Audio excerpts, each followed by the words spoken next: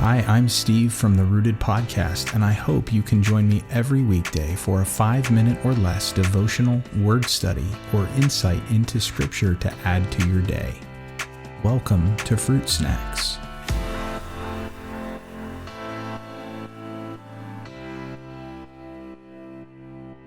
Hey everyone, wanted to look at some Bible background today that takes some Old Testament terminology and thought and applies it to a New Testament passage.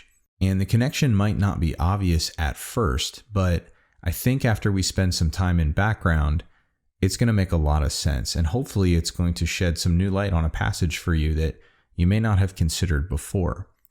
So, the background concept in the Old Testament is actually the Leviathan or the behemoth. And what's really interesting is that most Old Testament scholars at this point are in agreement that the Leviathan or the behemoth weren't being described as dinosaurs or as plesiosaurs or as any actual animal or creature that was in existence at the time. Rather, the Leviathan is a symbol because we see this not only in Hebrew culture and literature, but all throughout the ancient Near East.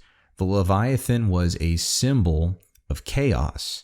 And in almost all ancient creation stories, this idea of a great sea dragon or Leviathan being conquered by the head god or head deity to establish order and to bring order out of chaos is a common theme. And so in the Bible, what we see is that Leviathan, the name given for chaos personified, is almost always associated with the sea.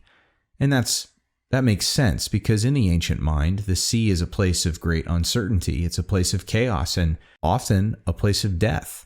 And so it makes sense that a sea creature, a chaotic force, would be associated with the sea itself. But what's also interesting is that in a lot of ancient thinking, the head deity was also not only bringing chaos out of the sea and all those swirling forces out there, but that he was also the one primarily in control of the seasons, the weather, the predictability of each year and the cycles that it brought, the plant growth and things like that, but also the order of predictable seasons, but also even to a further extent, being able to control the weather and to keep it at bay. And in the Baal worshiping religions in the Old Testament, Baal is actually a storm god.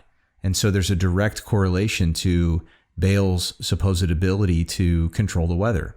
Now, what does that all have to do with a New Testament passage? Well, in Mark chapter 4 is a pretty famous story that Jesus and the disciples are out on the Sea of Galilee and a storm arises. And it's so bad that these experienced fishermen and sailors are afraid that the boat is going to capsize and sink, that it's really bad. And what's Jesus doing? He's asleep, because of course he is. And so they wake him up and they say, "Don't you care that we're going to die?" And Jesus gets up and he looks at the storm and he says, "Peace, be still." And immediately it obeys him. And the disciples are amazed. They say, "Who is this?" Right? But in the Hebrew mind, there was only one person who could do that, and that was Yahweh. Because way back in the Old Testament, even in the ancient Near Eastern cultures thinking, the sea, the chaos, the wind, the weather, there's only one person who can control that, who can bring that kind of order out of chaos, and it is God. It's the Most High. And so by asking the question, obviously, they're in awe, they're in wonder, but what's being implied in the passage is, well, we should know the answer. It has to be Yahweh. He's the only one who could do this. He's the only one who could calm the wind, who could calm the sea, and the significance of Jesus being able to do that and the messaging that Jesus is sending can't be overstated. It would have been very clear in the mind of anyone who was familiar with the culture.